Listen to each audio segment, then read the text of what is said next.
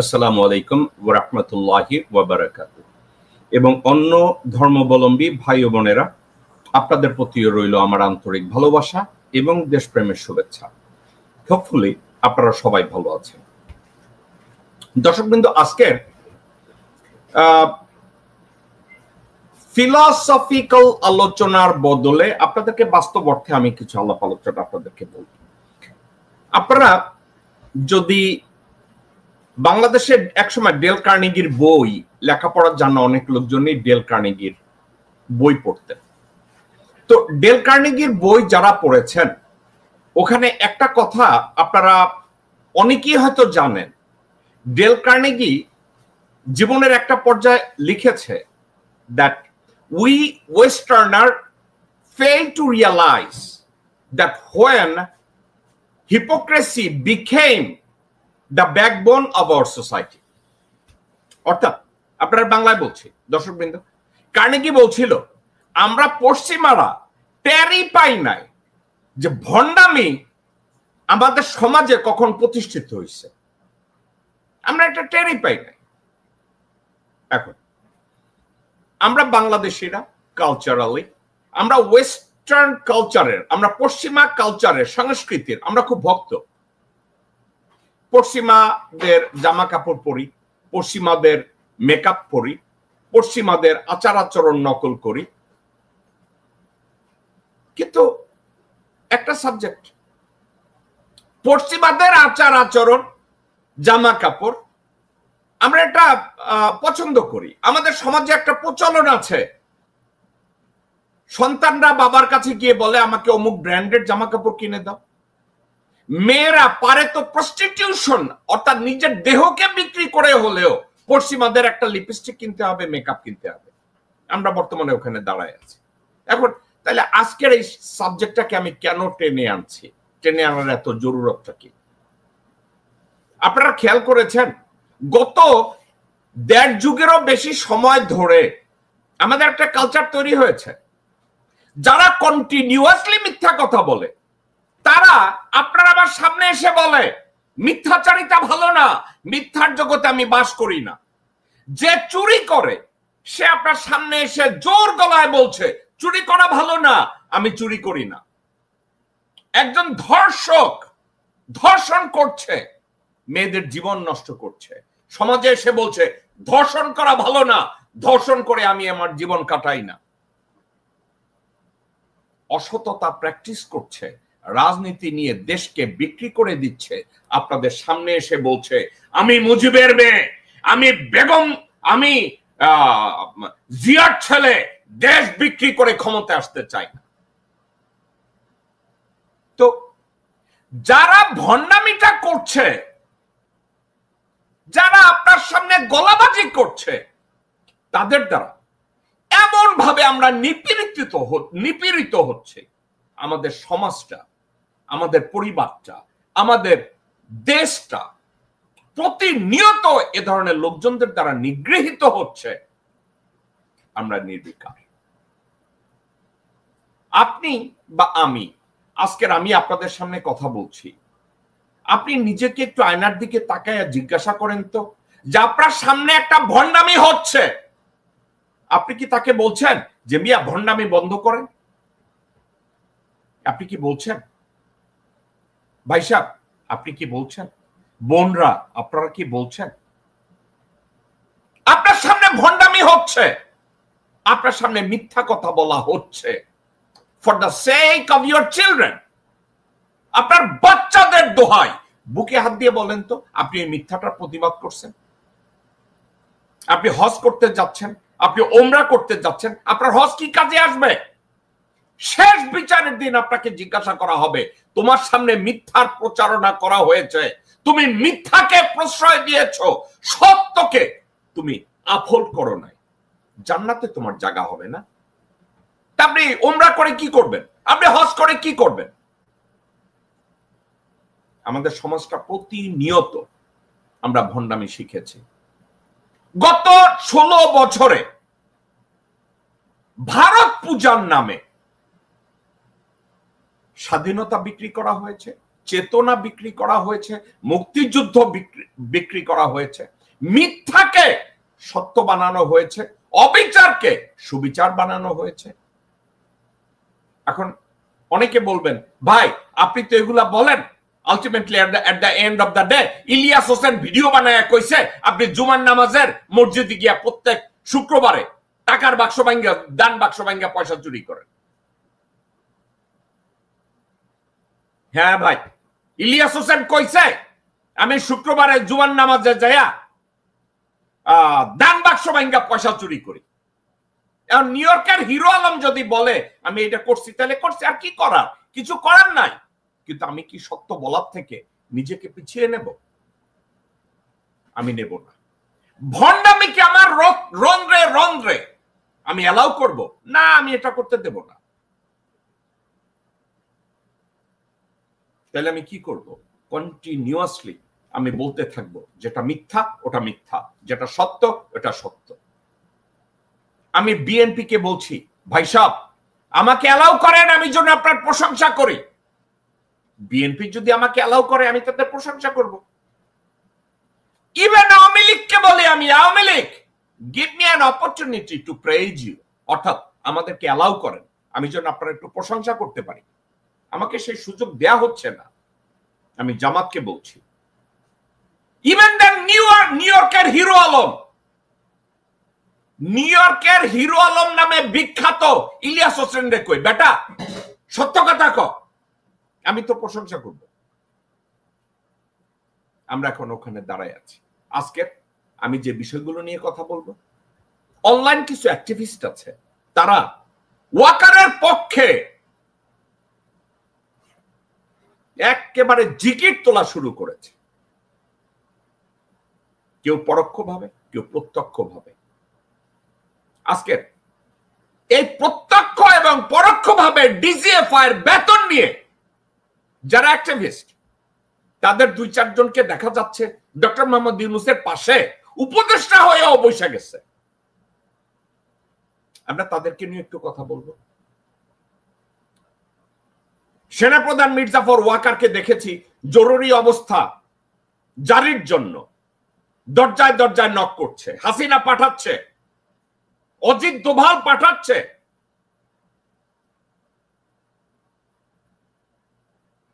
কিন্তু কোন জায়গায় সফলতা আসছে কি আসছে না সেটা নিয়ে মুখ খুলছে না। কারণ আইএসপিআর এর কেউ তো বসে বসে একটা ন্যারেটিভ লিখে দিতে হবে। তো ওয়েল, একটা কথা, আইএসপিআর এর ন্যারেটিভ তারেক রহমানের স্পিচ রাইটারের চাইতে ভালো। তারেক রহমানের একটা স্পিচ রাইটার আছে, ও শুয়ারের বাচ্চা না কুত্তার বাচ্চা এটাই বোঝা যায় না। ভাই ছোট সময় আমরা জানতাম লেখাপড়ায় খারাপ থাকলে কইতো ওইটারে বদল করে আর নতুন ভালো আর একজন টিচার রাখে। আর তারেক রহমান কয় মোর স্পিচ রাইটার বোধাই আছে তো আছে, আমি ওইটারেই রাখবো। অর্থাৎ কি জানেন? আপনারা সবাই জানেন না, তারেক রহমান এক সময় নিজের বাবাকে মহানুভব বানানোর জন্য কইছে, তার বাবার জামা কাইটা তারে জামা বানাইয়া দিছে, তার বাবার প্যান্ট কাইটা তারে বানাইয়া দিছে। তবু প্যান্ট আর জামা যেভাবে ছাড়ে না, তারেক রহমানও তার দুর্নীতি ছাড়বে না। মনে মনে কইতেছে ওইটারে আমার ধরিয়া রাখতেই হবে। দর্শকবৃন্দ, একজন বিখ্যাত মানুষ কল করছে, আপনারা আমাকে 1 সেকেন্ড সময় দিবেন।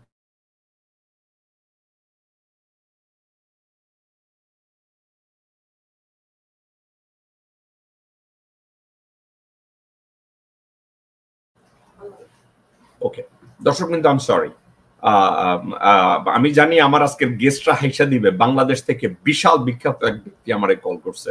সো আমি চাই না, আমি ডিস্ট্রাক্টেড হয়ে যাব আমি যদি ফোনটা পিক আপ করি। আর আমি যদি কোন বিখ্যাত লোক কল করছে আপনারা আকাশ থেকে পড়বেন। হাওয়ার আমি অন্য এক সময় এটা নিয়ে কথা বলবো আপনাদের সাথে। ওকে, তো এখন তারেক রহমান বলছে তার বাবার প্যান্ট কাইটা জোড়াতালি লাগাইয়া তারে বানাইয়া দিছে, তার জামা কাইটা লাগাইছে, অর্থাৎ পুরানা কাপড় ফালায় নাই। তারেক রহমানও চিন্তা করে গিয়াসউদ্দিন আল মামুন রে ছাড়া যাবে না। তারেক রহমানও চিন্তা করে বিএনপি শাওয়ারেও ছাড়া যাবে না, গোরখুদক আব্বাসেও ছাড়া যাবে না। এরা তো তার বাবার ওই প্যান্টের মতো, জামার মতো। দর্শকবৃন্দ, এসব ভণ্ডামি নিয়ে আমি কথা বলতে গেলে আমি টায়ার্ড হয়ে যাই। আজকের এগুলো নিয়ে আজকের আলোচনা করব। আমার সাথে দুইজন বেশ জ্ঞানী মানুষ আছে। আমি জ্ঞানী না, আমি ওই নিউ ইয়র্কের হিরো আলম ইলিয়াস হোসেন বলছে আমি নাকি মসজিদের দান বাক্স ভাঙিয়ে টাকা চুরি করি। আমি হচ্ছি ওই দান বাক্স ভাঙ্গা পাবলিক। কিন্তু আমি যার সাথে কথা বলবো উনি দান বাক্স ভাঙ্গা পাবলিক না, উনি ইলিয়াস হোসেনের খুব প্রিয় পাত্র ডক্টর শওকত আলী। আমি তার সাথে কথা বলবো। ইলিয়াস হোসেনের আর এক প্রিয় পাত্র অ্যাডভোকেট কাজী আব্দুল্লাহ আল মামুন, তার সাথেও কথা বলবো। তো ওনারা দুইজন তো খুব প্রিয় মানুষ ওই নিউ ইয়র্কের হিরো আলমের, তো তাদের নিয়েই আমি আজকের একটু কথা বলি, দেখি ওনাদের ব্যাখ্যাটা কি। আপনি বললেন এদের একটা নিয়মতান্ত্রিক, আপনি ডেল কার্নেগির কথা বলছেন।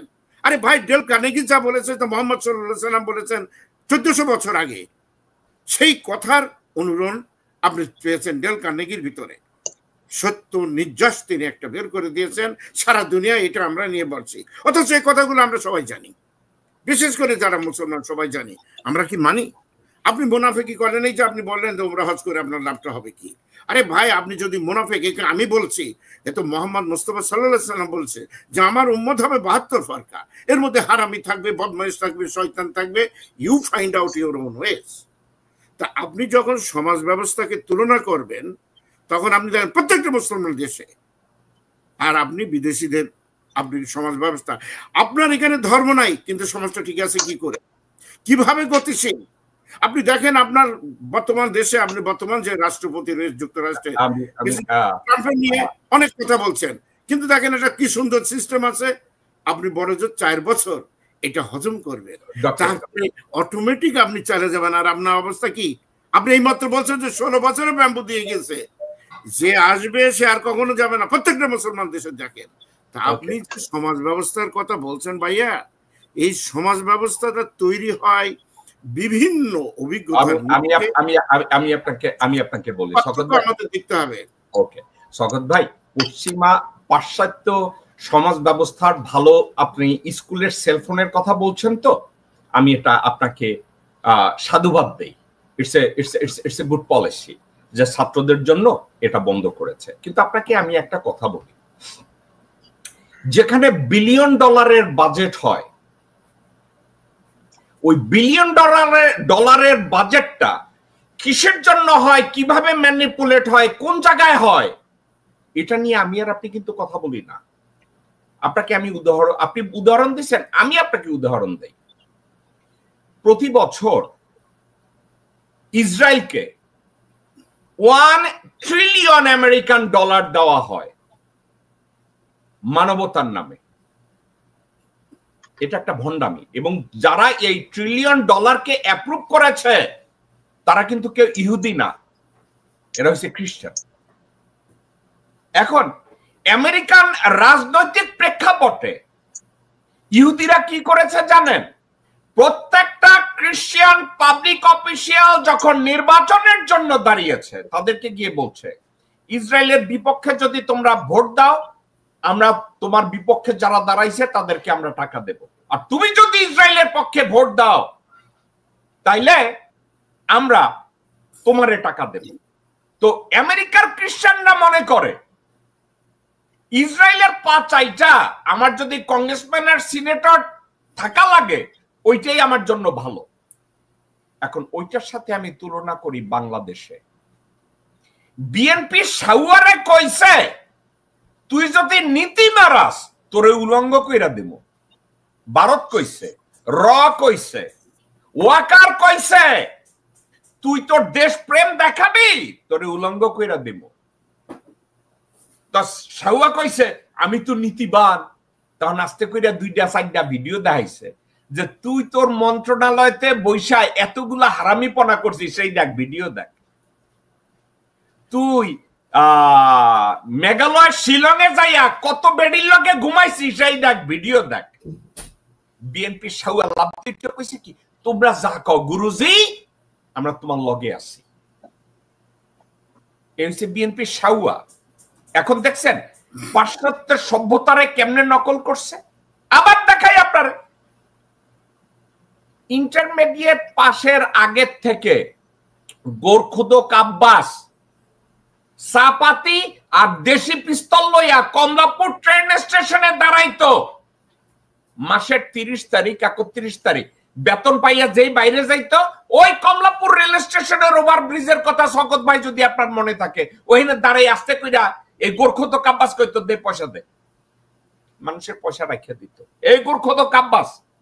তখন গোরখত কাব্বাস মাসের শেষে 50-60 হাজার টাকা কামাইতো। সেই গোরখত কাব্বাস আজকের প্রতিদিন তার ইনকাম 1 কোটি 1.5 কোটি টাকার উপরে প্রতিদিন, সপ্তাহে না প্রতিদিন। এখন আমি কম্প্যারিজনটা কেন দিছি আর একটু ভাই বলি। আমরা বলিউডের সিনেমা দেখি, আমাদের সমাজ ব্যবস্থায় আপনার আমার আমি আর আপনি অনুষ্ঠানে যাই, বাংলাদেশে হারামজাদিরা হিন্দি গানে বগল বাজায়, অথচ একটা বাংলা কথা ঠিক মতো কইতে পারে না। তারা হিন্দি কইরা মইরা যায়। ভারতের এইটা ভালো লাগে ওইটা ভালো লাগে, কিন্তু ভালো লাগে না কোনটা জানেন?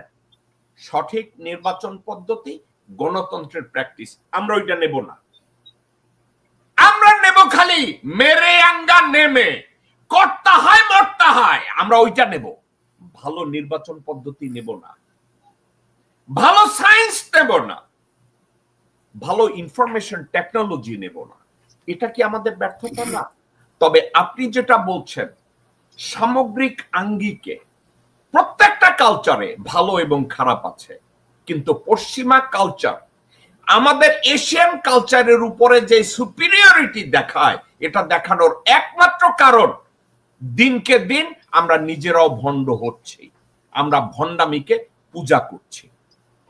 শওকত ভাই আপনি আমার বিরোধিতা করতেই পারেন আমার এই কথাগুলো, আমি চাচ্ছি আপনি আমার এই কথাটার উপরে কিছু একটা বলেন, তারপরে আমি অ্যাডভোকেট কাজী আব্দুল্লাহ আল মামুনের কাছে যাব। এখন দেখেন, আপনি যে ইন্ডিয়ার কথাটা বললেন, ইন্ডিয়ার একটা জিনিস আমি লক্ষ্য করছি, আমার সাথে ইন্ডিয়ান আইসিএস অফিসাররা পিএইচডি করতো, 2.5 বছরের স্কলারশিপ নিয়ে ওরা করতো বিভিন্ন জায়গায়, এর ভিতরে পশ্চিমবাংলা ছিল, কেরালা ছিল, মহারাষ্ট্র ছিল, দিল্লি থেকে আসতো। আমি তাদের দেশপ্রেম দেখে অবাক হয়েছি। মিল্টন ভাই প্লিজ, এই জিনিসগুলো তাদের কাছে কিন্তু আমাদের শিক্ষার আছে, এবং এই অফিসারদের যে জ্ঞান বা চিন্তা ভাবনা আমি লক্ষ্য করেছি।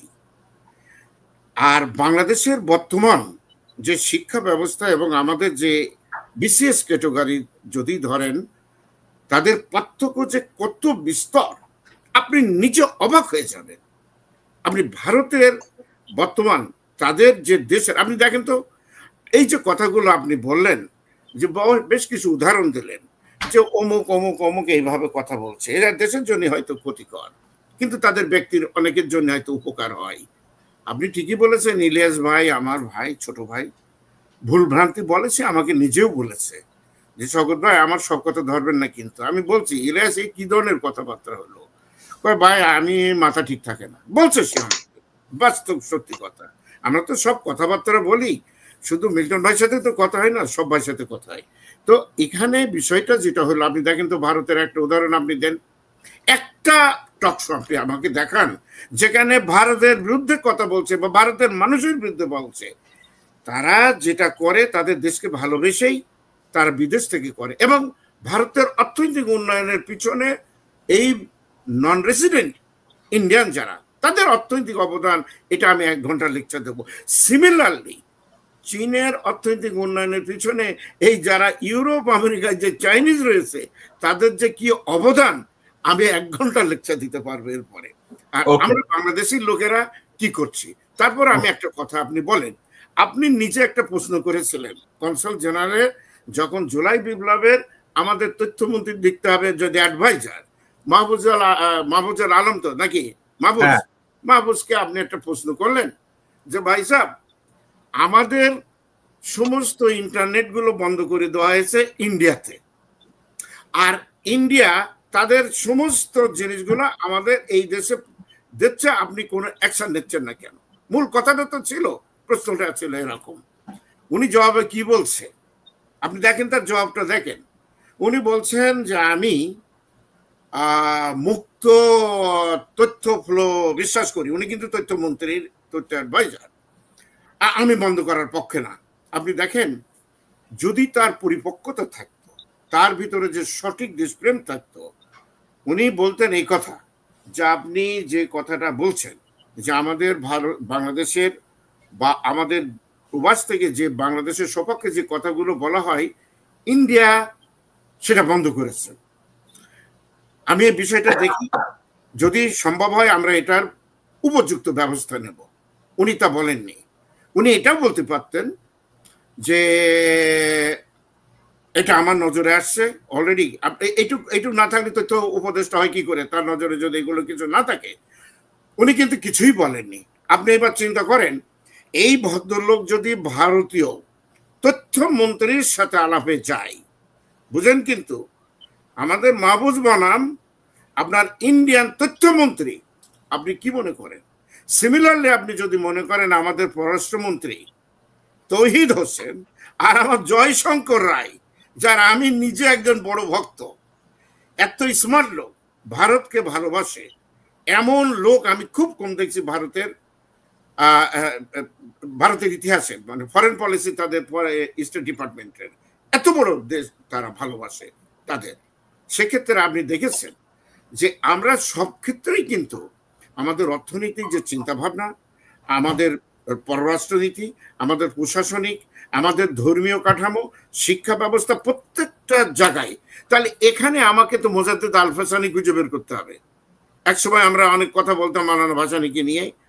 এখন এই জিনিসটা যদি আপনি সংস্কার না করেন, এই যে ফালতু সংস্কার হচ্ছে, এইটা হচ্ছে, ওইটা হচ্ছে, আপনি যে আর্মির বিরুদ্ধে অনেকগুলো কথা বলেন সবসময়, আমি এখন বলি, আপনি দেখেন তো এই আমাদের আর্মির সাথে একমাত্র দেশের তুলনা হয় কার জানেন?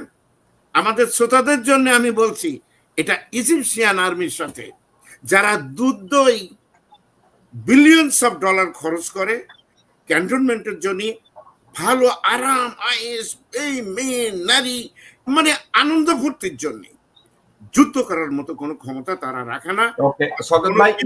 এটা হয়ে গেছে। আমি আসছি আপনার কাছে, কোন দিকে যাবেন? সুতরাং আপনি যেটা বলছেন, আমি তার এক কথাই বলি যে ভাই, দেশপ্রেমের যখন থাকে তখন আপনি যে রাজনৈতিক কথাগুলো বললেন বা সামাজিক অন্যান্য যে সমস্যার কথা বললেন, এগুলো ধরে। পশ্চিমা বিশ্বের একটা জিনিসটা হয় কি, এরা খুব তাড়াতাড়ি অ্যাডজাস্টমেন্ট করে। যখনই দেখে ধরা পড়েছে একটা সমস্যা, মিলন ভাই আপনি দেখবেন, মামুন ভাই বিদেশে থাকে দেখবেন, ওরা কিন্তু সাথে সাথে অ্যাডজাস্টমেন্ট করে, যেটা আমাদের দেশে সম্ভব না। আপনি একটা উদাহরণ দিই আপনার, আপনি স্টিফেন সোয়ারেজ বলে একজন কংগ্রেসম্যান ছিল, you know him very well. ওনার দোষ ছিল 4টে চেক লিখলেন ওনার ডিপার্টমেন্টে কিছু লোকের বেতন আর কিছু কন্ট্রাক্টরদের বেতন দেওয়ার জন্য 4টে চেক লিখেছিলেন, তার মধ্যে 3টে চেক ফিরে এসেছিল। উনি কংগ্রেসম্যান, উনি বাংলাদেশে প্রথম আওয়ামী লীগের যে হাসিনা যখন আসে, সবাই প্রশ্ন তুলেছিল যে আপনি হচ্ছে এটা ফরজারি হয়েছে। উনি যে সার্টিফিকেট দিয়েছিল, এখানকার আওয়ামী বাকশালীরা তাকে নিয়ে গেছিল। এই স্টিফেন সোয়ারেজ বাংলাদেশ থেকে ফিরে আসার কয়েক মাসের ভিতরে তার পজিশনটা চেক করা হয়। জীবনে আর স্টিফেন সোয়ারেজ কংগ্রেসম্যানের নাম আপনি শোনেননি। আর আপনি চুরি করবেন, গোলমাল করবেন, এটা করে আপনি জেল থেকে বেরোচ্ছেন ফুলের মালা নিয়ে, হাজার হাজার লোক আপনাকে রিসিপশন দিচ্ছেন। আপনি সমাজে কি শিক্ষা দিলেন? কি হবে? ওকে ডক্টর শওকত আলী, আমি আপনার কাছে অ্যাডভোকেট কাজী আব্দুল্লাহ আল মামুন, অত্যন্ত ধৈর্য নিয়ে আপনি আমাদের কথাবার্তাগুলো শুনছেন। আমি যে কথা বলি, আমি শওকত ভাইয়ের সাথে কিন্তু অনেক ক্ষেত্রে ডিসএগ্রি করি না, কিন্তু একটা জায়গায় তো আমাদেরকে ফুল স্টপটা তো দিতে হবে। যেটা হিপোক্রেসি ওটা হিপোক্রেসি, যেটা ভালো ওইটা ভালো, যেটা খারাপ ওইটা খারাপ। কিন্তু আমার কথাটা হচ্ছে, আমরা তো এখন অনেকে বলে do not cherry pick things in life, কিন্তু আমাদের চেরি পিক তো করতে হবে। আমি যদি দেখি ফর এক্সাম্পল, আমি যদি দেখি অ্যাডভোকেট কাজী আব্দুল্লাহ আল মামুনরে আমি পছন্দ করি না, কিন্তু তার ভিতরে 2টা গুণ আছে, ওই গুণটাকে আমি পছন্দ করি, তাহলে আপনার এই গুণ 2টারে আমি পিক করব না কেন? মানে আমি জানি না আমি আপনারে বুঝাইতে পারছি কিনা। আমি বাংলাদেশের প্রেক্ষাপটে একটা কথা বলছি। আপনি মামুন ভাই একটু সত্যি করে বলেন তো, মন থেকে, আপনি গত 16 বছরে হাসিনা বা আওয়ামী লীগ ভালো কাজ করছে এ ধরনের একটা উদাহরণ কি আপনি আমাকে দিতে পারবেন, যে আপনি শাব্দিক অর্থে সার্বিক অর্থে আপনি বলতে পারবেন এই কাজটা ভালো কাজ করছে? আমি একটা ভালো কাজের উদাহরণ জানতে চাই, আপনার কাছে কি আছে? দেখেন, মানুষ শয়তানও না, মানুষ ফেরেশতাও না, কিন্তু মানুষের ভালো দিকগুলো যদি প্রাধান্য পায় তখন তাকে আমরা ভালোই বলি, আর খারাপ দিকটা প্রাধান্য পায় তাকে আমি খারাপই বলি। এখন যদি সার্বিক অর্থে আপনি বলেছেন, এই 16 বছর 53 বছরে যারা যারা শাসক ছিল তাদের সার্বিক কোনো সাফল্য আমি দেখি না। কারণ গরিব আরো গরিব হয়েছে, ধনী আরো ধনী হয়েছে। আজকে আমাকে একটু 2 মিনিট 5 মিনিট কথা বলার সুযোগ দেন। আপনি অনেকগুলো কথা বলছেন দুইজনের, আমি প্রত্যেকটা 1 মিনিট 1 মিনিট করে আধা মিনিট শেষ করে দেবো। আপনি প্রথমে যেটা বলছেন হিপোক্রেসি, খুব দারুণ কথা বলছেন, মানে অর্থাৎ ভণ্ডামি। এই যে স্ববিরোধিতা, আপনি বলেছেন যে যারা এত অন্যায় করার পরে হজ করে এসে টুপি পরে ভালো হয়ে যায়।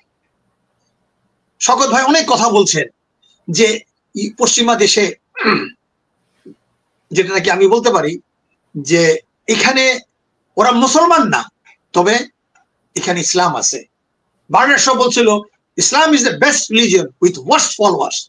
তো কাজেই আজকে আমাদের ভিতরে নেতৃত্বে যারা আছে, যেটা আপনি সব কথাই বললেন, দেখেন তো দেখি, হ্যাঁ জিয়া রহমানের ভালো আছে, খারাপও আছে, শেখ মুজিবের ভালো খারাপ আছে, কিন্তু চূড়ান্ত অর্থে যদি দেখেন তাদের যে কোনো কারণেই তাদের ব্যর্থতার ফসল হিসাবে আজকে আমরা বই আসছি।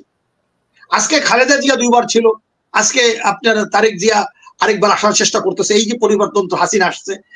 এই যে দিনের পর দিন আপনি গোরখোদক আব্বাসের কথা বললেন, যেটা ছিনতাইকারী ছিল, তার বাবা পুরি বিক্রি করা কোনো লজ্জার বিষয় না। কিন্তু এখন দেখেন এই সব লোকগুলো যখন নাকি আপনি সালাউদ্দিনের কথা বলেন, অনেকের কথা বলছেন, এরাই এখন সামনে নির্বাচন হয়ে যাচ্ছে। আপনি কংগ্রেসের কথা বলছেন, তাহলে এই নির্বাচন ব্যবস্থা আমাদেরকে সংস্কার করতে হবে, আমূল পরিবর্তন করতে হবে, যেখানে সাধারণ জনগণ তাদের প্রতিনিধি যেন নির্বাচিত হতে পারে। কাজেই গরিবের ভোটে লুটেরা ধনী নির্বাচন ইস্যুটা বাদ দিতে হবে। কাজেই এটাই আজকে আমাদের যদি বলি যে আজকে যদি অন্যায় আমরা যেভাবে সহ্য করতেছি, এটা আমাদের একটা অভ্যাস হয়ে গেছে। যে কথা আছে, ইনজাস্টিস টলারেটেড, ইনজাস্টিস কন্টিনিউস। তো আমাদের এখন মানুষের মাথায় ঢুকেই গেছে যে এটাই নিয়ম, এখন এখান থেকে বদলাইতে হবে। এখন যদি মনে করেন ডক্টর মোহাম্মদ ইউনূসকে আপনি বিশেষ করে সবাই আপনারা যে আশা নিয়ে করছেন, দুজনের খুব কাছের থেকে আপনারা দেখেছেন, আমি উনাকে ওইভাবে দেখি নাই কাছের থেকে, কিন্তু যেভাবে কাছের অন্য লোককে শুনেছি, যেভাবে বুকে আশা বেঁধেছিলাম, আজকে ডক্টর মোহাম্মদ ইউনূস প্যারিসে সকলের লোকের কাছে যেভাবে সম্মানিত হচ্ছে, কালকে যখন নাকি ইউনূসকে আমরা যখন দেখবো ব্যর্থ হিসাবে উনি চলে যাচ্ছেন। আপনি তো 29টা এই ডিসেম্বর মাস ধরে দিচ্ছেন, গত কয়েকদিন আগে একটা বলছেন শোতে, তা না হলে আপনি দেশে চলে যান। আমার মনে হয় পৃথিবীতে কোথাও কোনো বাঙালি, এবং উনার মুখোশটা যখন উন্মোচন হবে, যে কোনো কারণে ব্যর্থতা কিন্তু তাকেই নিতে হবে। চারপাশে কারা দরজায় দাঁড়াচ্ছে এটা বড় কথা না। কাজে সেই কারণে আমরা আজকে বলতে চাচ্ছি, একটা দেশে যখন নাকি আইনের শাসন না থাকে, ন্যায় বিচার না থাকে, সেই দেশ ধ্বংস হতে বাধ্য। আবার যদি দেখেন যে ওই যে আপনি বললেন যে পশ্চিমা দেশের যে কোনো ভালো দিকগুলো আছে, আমরা এতদিন এখানে থাকলাম, যেটা নাকি শওকত ভাই বললেন প্রবাসীদের একটা ভূমিকা আছে, কি চাইনিজ কি ইন্ডিয়ার, আর আমাদের কি আছে, আমরা এখানে ভালোগুলো নিতে পারলাম না পাওয়ার কি কারণ আছে? এই যে প্রবাসে যারা, জাকব মিল্টন ভাই সহ আমরা সহ, আমাদেরও কিন্তু একটা ভূমিকা থাকার কথা। আমরা এই প্রবাসী বাঙালিদেরকে বলতে পারি নাই যে তোমরা দাসত্বর মতো এসে তুমি টাকা পাঠাবো আরেক ভাইকে, আমি এই যে দাসতন্ত্র চলতেছে, কিন্তু আমাদের এখানে আপনাকে থামাচ্ছি না, আপনি কথাটা বলবেন, কিন্তু আপনি একটা কথা আপনাকে আমি ইন্টারজেক্ট করি। আমাদের সমস্যাটা কোথায় জানেন? ধরেন বিএনপি ক্ষমতায় আসলো বা ইউনূস স্যারই ক্ষমতায় থাকলো, তারপরে আপনাকে ডাকলো যে আব্দুল্লাহ আল মামুন আপনি আসেন, আপনি দেশে গেলেন, আপনি দেশে যে আপনাকে একটা ব্যাংকের চেয়ারম্যান করা হইলো, আপনি ওই ব্যাংকটারে খালি কইরা ফ্রান্সে চলে গেলেন। আমি আপনারে বলি, আপনি শুনলে আকাশ থেকে পড়বেন। হাসিনার একটা আমি বলছি না হাসিনার কোনো গুণ আছে কিনা, হাসিনার গুণ আমি আপনাকে এখন একটা বলি, গুণ ভালো দিক। হাসিনার গুণ হলো তার দলের ভিতরে যত চোর, ধর্ষক, খুনি, ভণ্ড যারাই আছে, সে তাদেরকে অ্যাপ্রিসিয়েট করে। তুই খুন করছিস, তোরে আমি বাঁচামো, তুই ধর্ষণ করছিস, তোরে আমি বাঁচামো, তুই পকেট মারছিস, তোরে আমি বাঁচামো, এটা হচ্ছে হাসিনার গুণ। দেশের পাশা বাইরা দিছিস, তোরে আমি বাঁচামো। এখন এটার উদাহরণ দেই। এইখানে একটা লোক আছিল আওয়ামী লীগের, আজকের কথা না, 90 দশকের কথা, একেবারে জাত কুত্তার বাচ্চা, যেটা নাম আছিল ফরাসত আলী। ওই আপনাদের ফারাক্কা ফারাক্কা খেলাইতো, ডক্টর শওকত আলীও চিনছে। এই কুত্তার বাচ্চারে হাসিনা নিয়া বাংলাদেশে ব্যাংকের ডাইরেক্টর করছে। ফরাসত আলী কি করছে জানেন? ব্যাংক খাইছে, ব্যাংকের কাগজপত্র খাইছে, ব্যাংকের কলম খাইছে, ব্যাংকের টেবিল খাইছে, ব্যাংকের চেয়ার খাইছে, ওর মায়েরে খাইছে, ওর বাপেরে খাইছে, মুক্তিযোদ্ধা ফিরাইছে। মানে এটা গেল ফরাসত আলী। এরপরে তাকান নিজাম চৌধুরী, এই কুত্তার বাচ্চারা দেশে নিছে। এই কুত্তার বাচ্চা দেশে যাওয়ার পরে তারেও আবার একটা ব্যাংকের প্রধান বানাইছে। এই কুত্তার বাচ্চা কি করছে? পুরা ব্যাংক খাইছে, ব্যাংকের আশেপাশে যত সারা লাগাই না গাছ আছিল গাছ খাইছে, বাংলাদেশ ব্যাংকের লকার খাইছে, ওর মা বাবা 14 গোষ্ঠী ফকির নিয়ে কুত্তার বাচ্চারে পেট ভরাইছে, 25টা মহিলার পেট বাঁচাইছে। তারপরে খাওয়া যখন শেষ হয়েছে দৌড়ে আমেরিকা আসছে। এখন আমেরিকা আইসা আওয়ামী লীগের লোকজনরা যদি ফোন করে কয়, নিজাম ভাই দেশে তো আপনারে চেয়ারম্যান বানাইছিল, তো মোকে একটু সহায়তা দেন, নিজাম চৌধুরী কি কয় জানেন? আমি এখন আর আওয়ামী লীগ করি না। এই নিজাম চৌধুরী কিন্তু আবার এই শওকত ভাই ছিল, নিজাম চৌধুরী, সাখাওয়াত চৌধুরী। তারপরে আবার হাসিনা আদর করে লইয়া গেছে আব্দুস সোবাহান গোলাপ। 92 সালে এই রিক্সাওয়ালা আমারে বাসার থেকে ট্যাক্সিতে লইয়া মেডিসিন অ্যাভিনিউতে নামাইয়া দিছিল। এই রিক্সাওয়ালা হাসিনার দৃষ্টি আকর্ষণ করার জন্য 479 টাকায় একটা ডক্টরেট কিনছে। কিনা হ্যাঁ মনে করছে ডক্টর শওকত আলী ডক্টরেট লাগাইয়া লং আইল্যান্ড ইউনিভার্সিটির প্রফেসর হইছে, আমি 480 টাকা দিয়া একটা ডক্টরেট কিনি। আমি লাগাই না ভাই, আই আর্ন ইট। ওকে ঠিক আছে, হেরেও দেশে নিছে। হাসিনা তারে যাইয়া কইছে, তোমারে আমি আমার অফিসের মধ্যে বসাবো। আব্দুস সোবহান গোলাপ কি করছে? আব্দুস সোবহান গোলাপ হাসিনার অফিসের মধ্যে বসাইছে না, ওহিনে কুত্তা ঢুকাইছে, তেলাপোকা ঢুকাইছে, বেশ্যা ঢুকাইছে, খানকি ঢুকাইছে, চোর ঢুকাইছে, ধর্ষক ঢুকাইছে। যখন গণভবনটা পুরাপুরি ক্যান্সার হইছে তখন হাসিনা কয়, ও আমার চাকর, ও 400 কোটি টাকা বানায়, আমি 13 পাইলাম না। এখন আপনি যে কন যে বিদেশে থাকলে আমরাও তো স্টেক হোল্ডার আন্দোলন করছি, আর আমাগো ডাকার পরে যদি আমাগো চরিত্র এইটা হয়, আপনি আমার একটু বলেন তো, আমারে বলেন।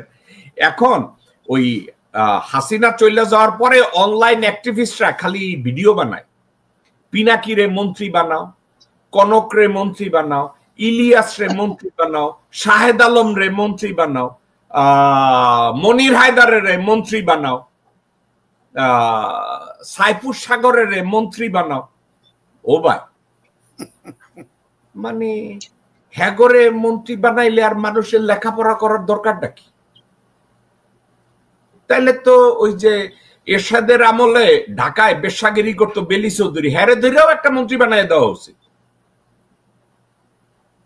এখন আমি যে নামগুলা কইলাম, আমি 2 দিন আগে একটু চুলকাইয়া পাশা চুলকাইয়া দেখি সব ওস্তাদের ডিজিএফআই এর পয়সা নেয়। ডিজিএফআই তাদেরকে খুব ভালোভাবে লালন পালন করে, এটা দিয়ে বাংলা এডিশন করে, ফ্রান্সে প্যারিসে বৈশা $1 মিলিয়ন কামায়। ভাই এখন আপনি কাগু টাকার কথা কন, বাংলাদেশের বিশাল অ্যাক্টিভিস্ট তো তারা, বাংলাদেশের সব পরিবর্তন তো তারা করছে। এখন আমি আর আপনি আর ডক্টর শওকত আলী আমাদের একটা জায়গায় অযোগ্যতা আছে, এইটা কি জানেন? ডিজিএফআই চ্যানেলটা ধরতে পারি না। ডক্টর শওকত কয় আমরা উপদেশ দিব, ওরা আমি বলছি ভাই আপনার উপদেশ খায় না, আপনার কাছে ডিজিএফআই উপদেশ চাইছে, কয় না তা তো চাই নাই, তাহলে দেন কে? ওকে ভাই, এখন আমি আপনারে যা বলছি এগুলো র মানে কথাবার্তা, একেবারে কাঁচা কথাবার্তা। ভাই ভাই আমি আপনার কাছে আসতেছি, 1 মিনিট নেব শুধু। দেন বলেন।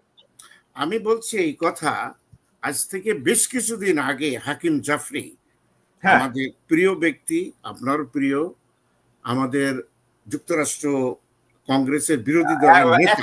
ফকত ভাই এক second, Italy Bangladesh trade promotion centre, আচ্ছা এই নামে একটা আইডি করছে, সে বলছে এত সাহস অভদ্র মিল্টন, আপনি কি আপনার মায়ের পায়খানা যেখান থেকে বের হয় ওখান থেকে জন্মাইছেন? আপনার একটা নামও নাই, আপনি আপনার নামটা লুকানোর জন্য নাম দিছেন আইবিপি টিপিএস, এতে কি হয়?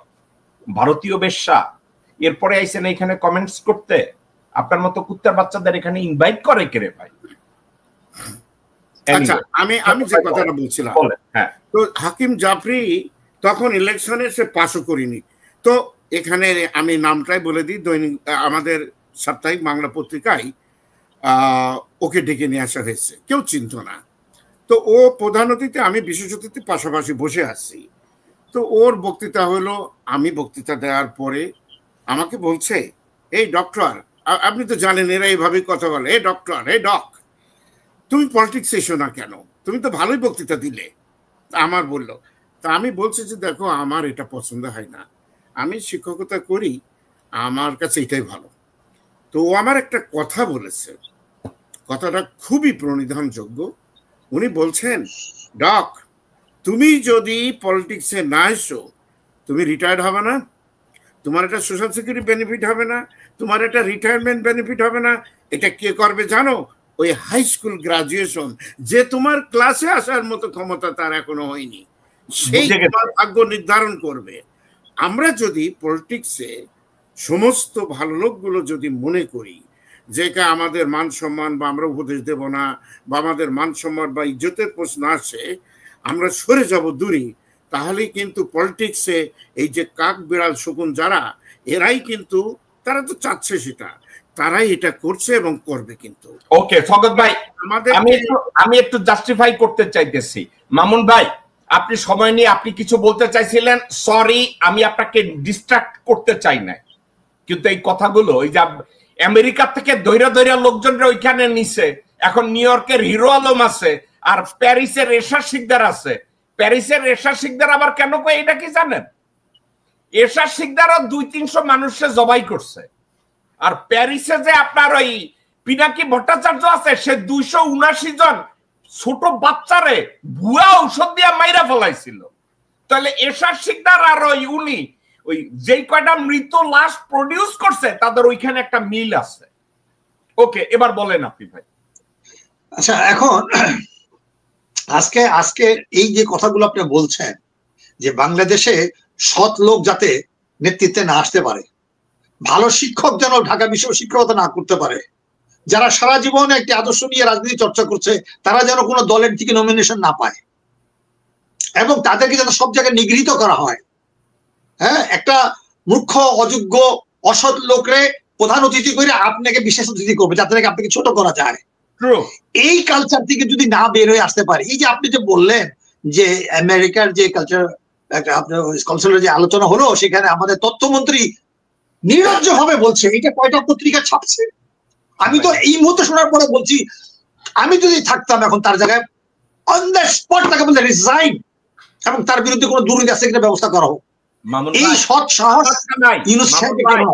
মামুন ভাই আপনাকে আমি বলি, আমার বড় ভাই শওকত হয়তো তার উদারতার জন্য নতুবা দূরদৃষ্টির জন্য আমার প্রশ্নটা মনে রাখছে, কিন্তু এটা নিয়ে আর কেউ কোনো জায়গায় আলোচনাও করে নাই। আপনি কি জানেন? আমি প্রথম শুনলাম। আপনি কি জানেন আমি ওখানে কি লজ্জা আপনি কি জানেন আমি মাহফুজরে কি বলছিলাম? আমি বলছিলাম তুমি তো বেটা তথ্যমন্ত্রী, আমরা অনলাইন অ্যাক্টিভিস্ট যারা, তারা বাংলাদেশের পক্ষে কথা বলি। ভারতের সুপ্রিম কোর্ট অর্ডার দিছে আমাদের চ্যানেলগুলো ভারতে বন্ধ করা হয়েছে।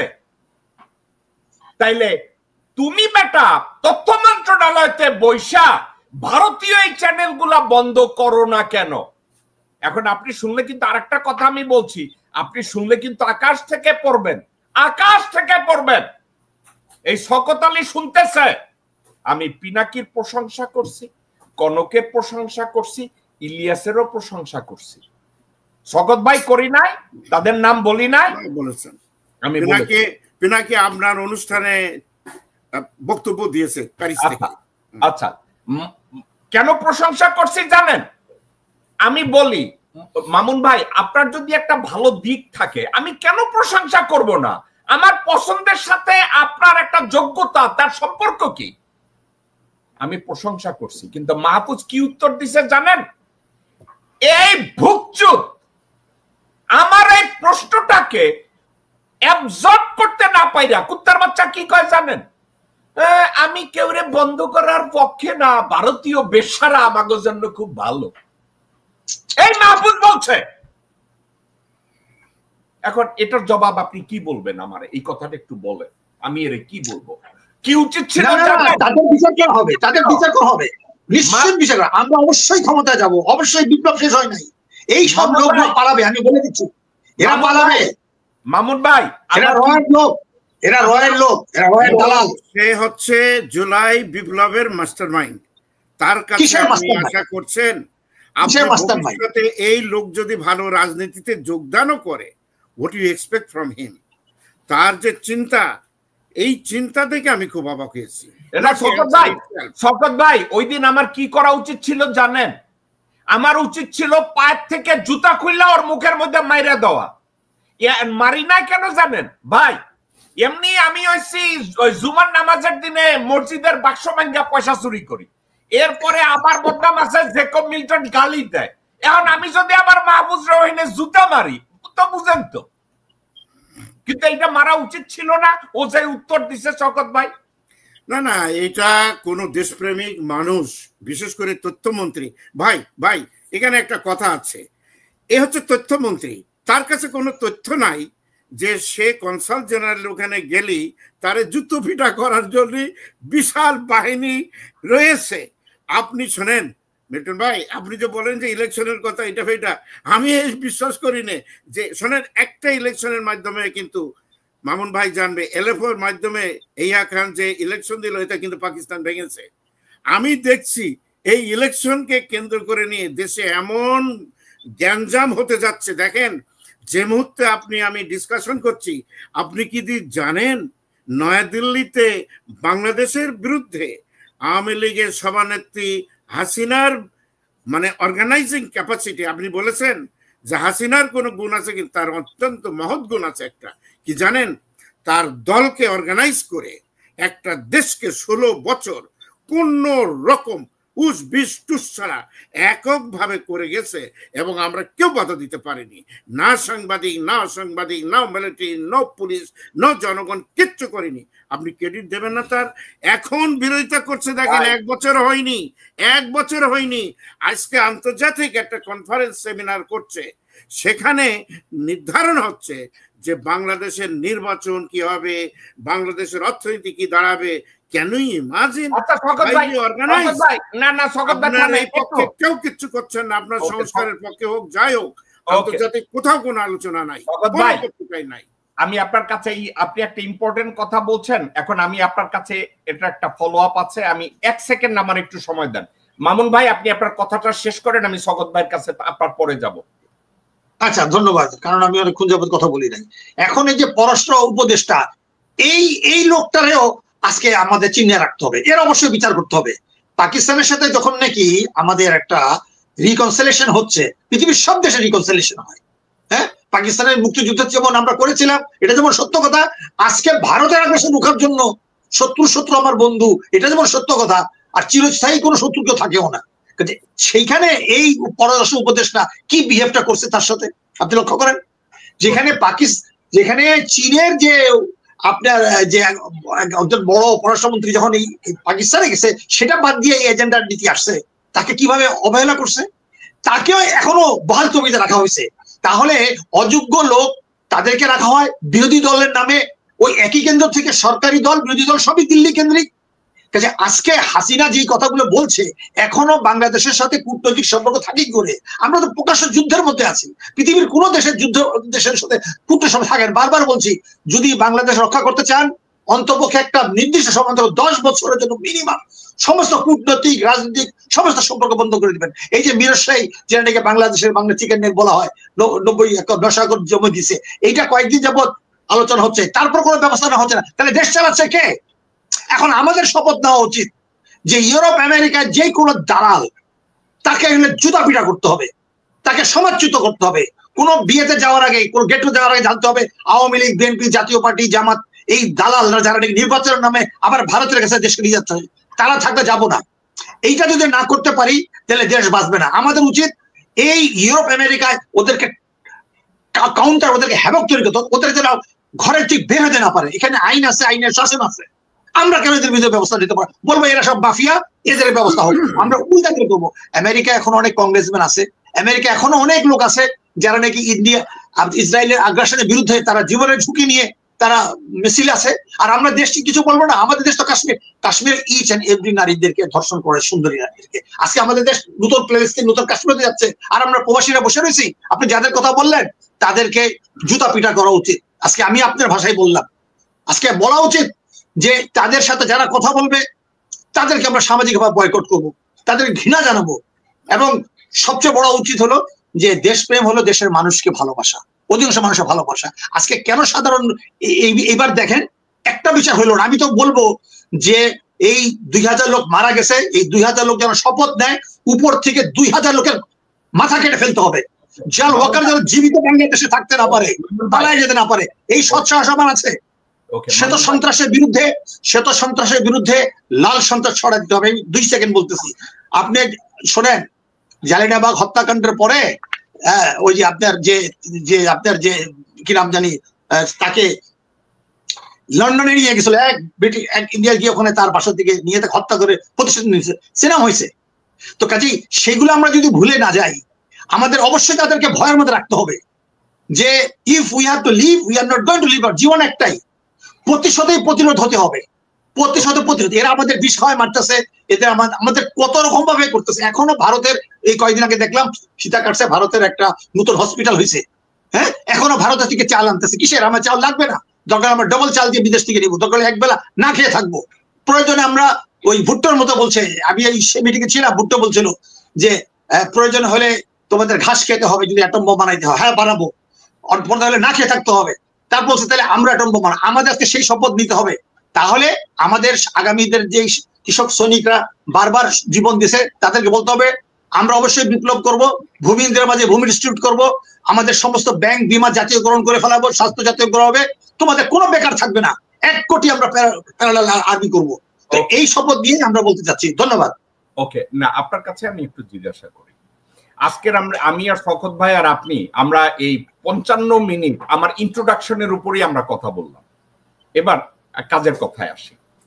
এই ওয়াকারের পক্ষে অনলাইন অ্যাক্টিভিস্ট এবং ডিজিএফআই পেইড এজেন্টদের যে অ্যাক্টিভিটি, আলটিমেটলি তাদের টার্গেটটা কি? ওয়াকারকে গ্লোরিফাই করা নাকি আওয়ামী লীগ এবং হাসিনাকে আবার গ্লোরিফাই করা? আসলে তাদের টার্গেটটা কি? একটু সংক্ষিপ্ত আকারে যদি করেন, আমি আলোচনাটা শেষ করতে চাই। তাদের একটাই উদ্দেশ্য হলো যে নয়া বোতলে পুরোনো মতের মতো করে তারা হাসিনাকে আবার নির্বাচনের মাধ্যমে নিয়ে আসবে, কোনো বিচার হতে দেবে না, মানুষকে ভুলাই দিচ্ছে। আজকে দেখেন ক্যান্টনমেন্টে বসে এই আর্মিরা তৈরি হচ্ছে। আজকে আপনি দেখেন, আজকে বসুন্ধরা যতগুলো ফ্ল্যাট খালি ছিল, কয়েকদিন আগে একজন বলেছে সে ফ্ল্যাট ভরতেছে, তারপরে ওয়াকার দৌড়াদৌড়ি করছে। আরে ওয়াকারের উচিত যে ইমিডিয়েটলি আইনের কাছে সারেন্ডার করা। প্রধান বিচারপতি শুনেছি উনি নাকি তাকে কোনো পাত্তা দেয় নাই, তাকে ধন্যবাদ জানাচ্ছি। ওকে, ঠিক আছে। আজকে ইন্ডিয়ার ষড়যন্ত্র, এগুলো সব ইন্ডিয়ার ষড়যন্ত্র। ওকে ভাই, আপনি এইমাত্র একটা কথা বলছেন, এখন আপনার কথাটা নিয়ে আমি শওকত ভাইয়ের কাছে যাব। শওকত ভাই, মামুন ভাই এইমাত্র বলছে বসুন্ধরার দামি ফ্ল্যাট গুলো এখন আর খালি নাই। আপনি কি শুনছেন? ইলিয়াস হোসেনের ভাই আগে টঙ্গী ডাইভারশন রোডের রেল স্টেশনের পাশে থাকতো, এখন সে বসুন্ধরায় মুভ করছে 4800 স্কোয়ার ফিটের একটা বাংলোয়।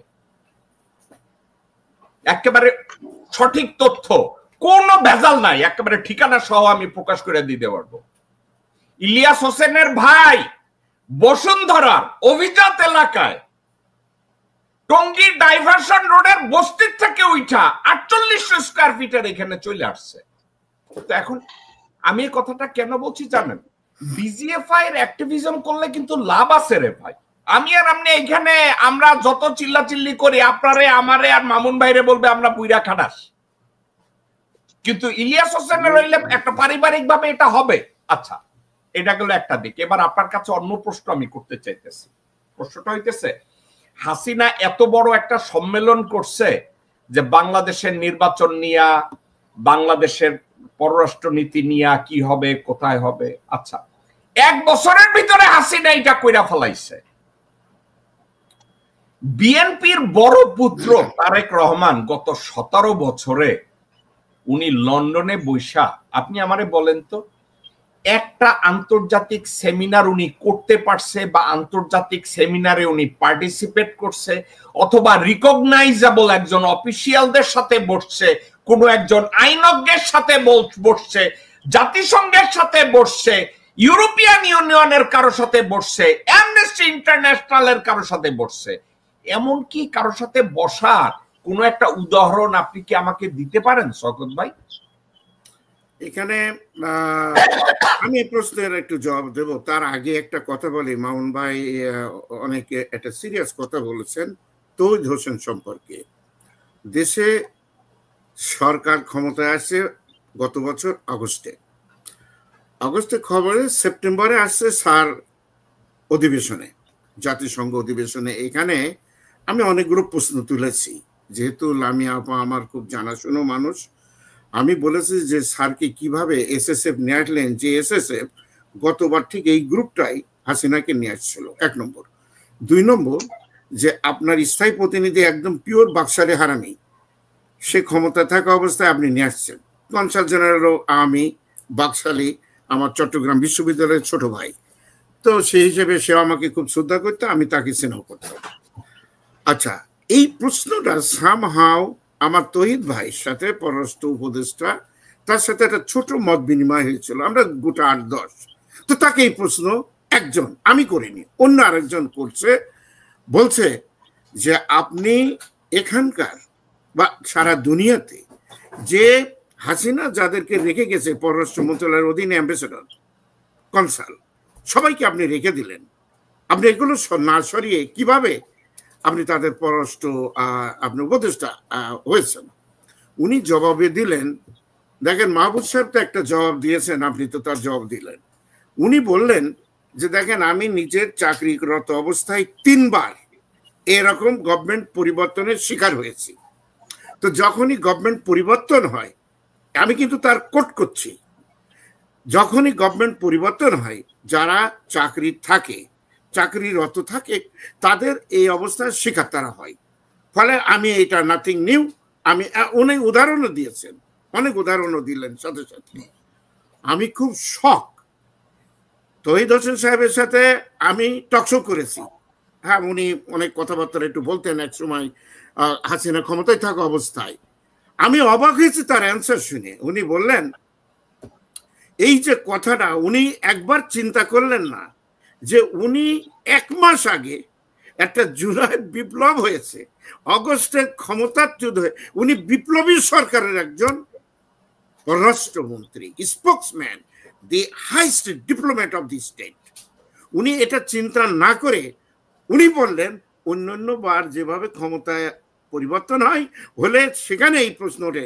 উনি একবার চিন্তা করলেন না যে আমাদের যে স্ট্রাকচারাল পরিবর্তনের কথা হওয়ার কথা এই জুলাই বিপ্লবের মাধ্যমে 1 মাসের ভিতরে উনি ভুলে গেছেন। শওকত ভাই, এবার আসেন একটা উদাহরণ দিই। শওকত ভাই, আপনি শওকত ভাই একটু থামেন।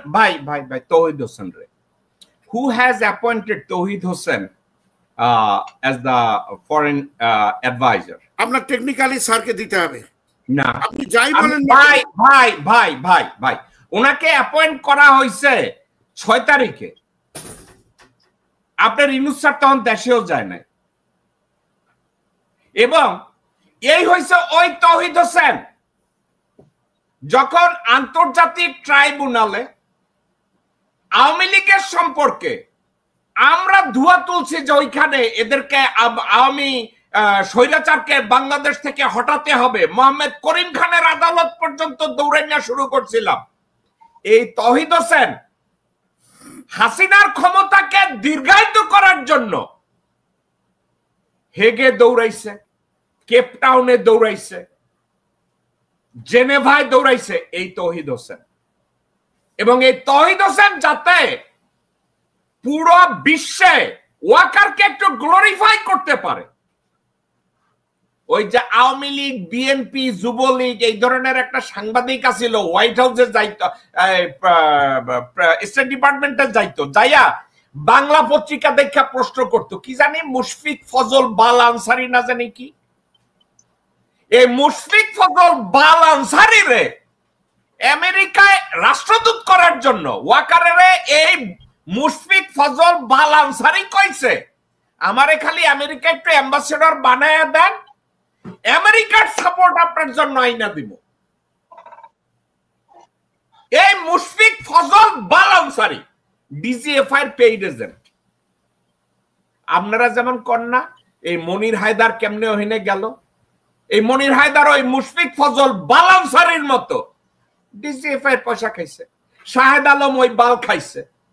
এখন শাহেদ আলমের দুঃখ, মনির হায়দার গেছে, মুশফিক ফজল বাল আনসারি গেছে, মোর কি হইলে?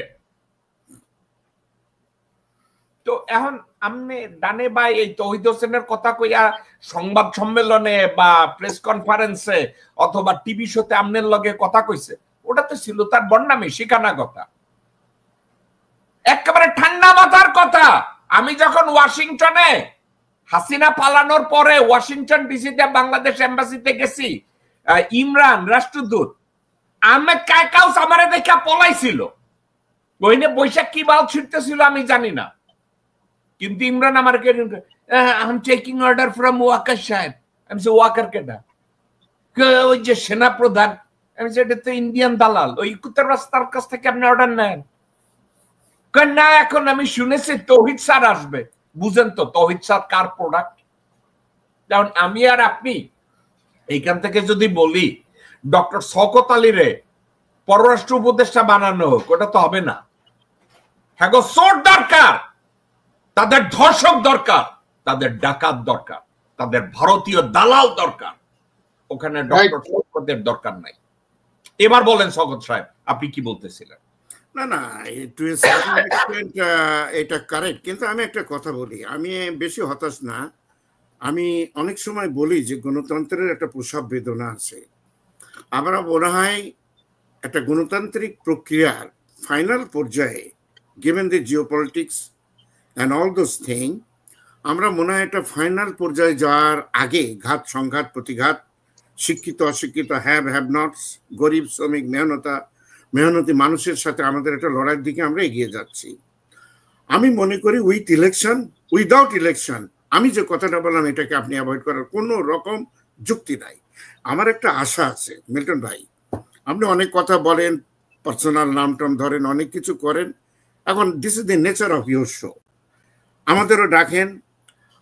বিষয়টা হচ্ছে যে বর্তমান যে ছাত্র সমাজ, যেটা আমি তো 15 বছর ধরে এই টকশোর ভিতরে লাফালাফি দৌড়দৌড়ি করি, একজন ইকোনমিস্ট হিসেবে অনেক ব্যথা বেদনা ছিল, যাই হোক দেশেও যেতে পারিনি।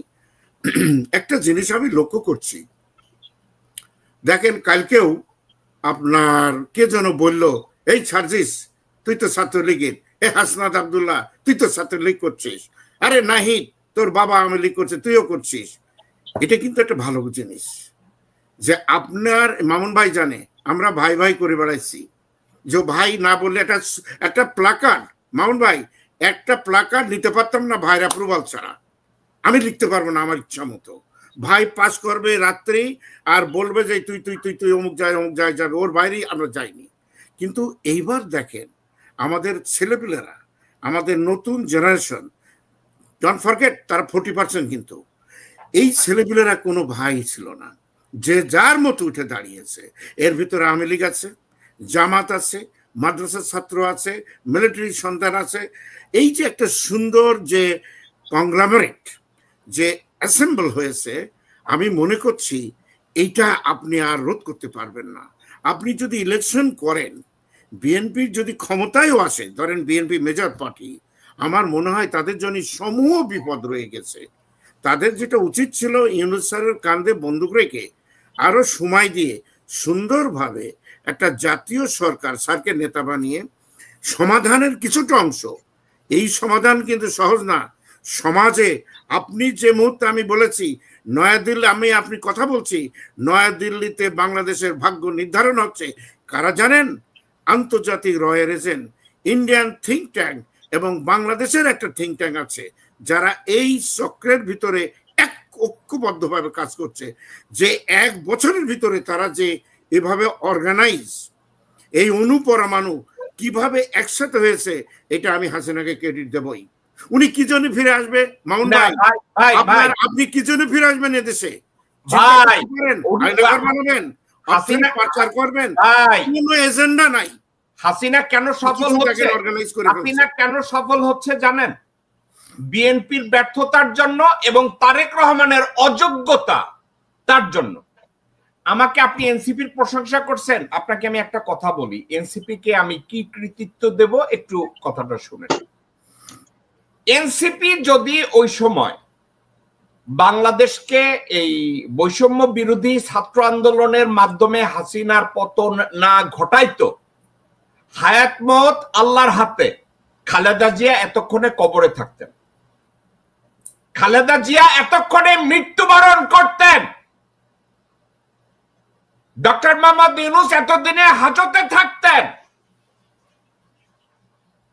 এখন আপনি বলবেন মির্জা ফাক হাজতে থাকতো না, গাবগাছ হাজতে থাকতো না, বিএনপি শাউয়া হাজতে থাকতো না, এটা ট্রু। কিন্তু বেগম জিয়া উনি মারা যাইতেন, প্রফেসর ইউনূস হাজতে থাকতেন। বিএনপি সারা জীবনে যদি কোনো কৃতজ্ঞতা জানাতে হয়, তাহলে এনসিপি কে জানানো উচিত। কি জন্য জানেন? বিএনপির কর্মীরা, চতুর্থ এবং পঞ্চম লেভেলের নেতারা যেভাবে ধান খেতে, পাট খেতে কষ্ট করছে, না খাইয়া থাকছে, হাজতে পয়সা মরছে, এখন সেই এনসিপির কাছে কৃতজ্ঞতা না দেখাইয়া রুমিন ফারহানা কয় হাসনাত আব্দুল্লাহ কেডা, এইটা কয় রুমিন ফারহানা। এবং বিএনপির এক নেতা এনসিপির লোকজনদেরকে কি কয় জানেন? কুত্তার বাচ্চা। এখন রুমিন ফারহানা যখন কয় হাসনাত আব্দুল্লাহ কেডা, আরে বুইরা কয় এনসিপির কুত্তার বাচ্চারা। এরা কি হিন্দু না মালাউন, খ্রিস্টান না কুত্তার বাচ্চা, না মানুষ না বেঈমান? এই বিএনপি দলটা আসলে কি ভাই? তাদের নেত্রীরে মুক্তি করার জন্য একটা আন্দোলন করতে পারে নাই, একটা হরতালের ডাক দিতে পারে নাই, নিজের নেত্রীর বাসার সামনে বালুর ট্রাক দিতে এই গোরখদক আব্বাস সাহায্য করছে। 2015 সালে বিএনপি শাউয়া এবং আমির খসরু মাহমুদ সিদ্ধান্ত নিছে চিটাগংয়ে বেগম জিয়ার মুক্তির ব্যাপারে যেন আন্দোলন না হয়। আর এখন এনসিপির ছেলেপানরা হয়েছে তাদের দৃষ্টিতে কুত্তার বাচ্চা। আপনি এই মানসিকতাটার সাথে তো আর আমি পশ্চিমা কালচার আর পূর্ব কালচার কইতেছি না। এরা কি আসলে মানুষের পয়দা, নাকি এদেরকে আপনি ডিফারেন্ট ওয়েতে দেখেন? আমি জানি এর উত্তর আপনার কাছে নাই ডক্টর শওকত আলী, বাট তারপরে আপনি শিক্ষক মানুষ, আপনি আশাবাদী মানুষ, আপনি এদেরকে কোন ব্র্যান্ডে ফেলবেন? না, এটা আমি আপনার আরেকটা শোতে আমি বলেছি যে বিএনপি, যদি আপনি বিএনপি বলেন, তার প্রতিষ্ঠাতা শহীদ রাষ্ট্রপতি জিয়ার সাথে I was very young journalist, দৈনিক দেশের editorial staff, top of the top. তার সাথে চলাফেরা, খাওয়া, ওঠা বসা, তাকে দেখার সৌভাগ্য আমার হয়েছে। যদিও এই সময় তারই বিরোধী একটা ছাত্র বৈজ্ঞানিক ছাত্র লীগ বলা হতো, আমি সেই দলের সপক্ষেই আসলে গিয়েছি। আমার অর্থনৈতিক ব্যাকগ্রাউন্ডের কারণে আমাকে হায়ার করা হয়েছিল।